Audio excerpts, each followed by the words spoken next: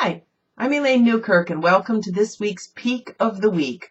Today we're going to be looking into the training manual, Untangling the Roots of Stress. This is one that I've co-written with my daughter, Michelle Newkirk, and we're looking at all of the different types of stress in the body. So the first page that I peek at is identifying the person's source of stress may be the toughest job any health practitioner faces. But in the end, it is the only means of getting to the root of their complaints.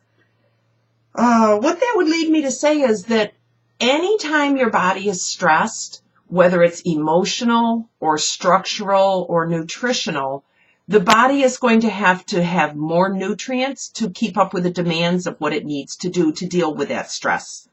See, anytime we're in severe stress, the body actually goes into something called fight or flight syndrome. And when we're in fight or flight syndrome, quite honestly, the first system that's going to shut down is your digestion. It requires the most energy. So as we're looking at a time in our lives when we need more nutrients, we're actually impeding our ability to get those nutrients. We could liken it to having pouring water into a bucket where there's holes in the bucket. You could pour in enough major amounts of nutrients to be able to fill up that bucket, but what we would see is they're leaking out the bottom just as fast. As that stress becomes larger and larger, the hole in the bucket becomes larger and larger.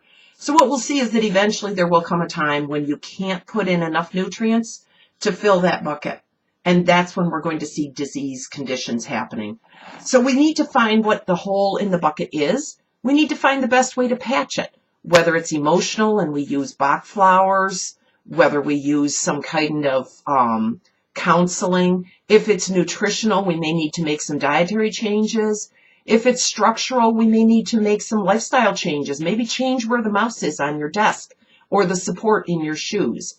But it's a cinch, easy decision to recognize that if we don't deal with the roots and untangle those roots of stress, we are never going to get root cause healing.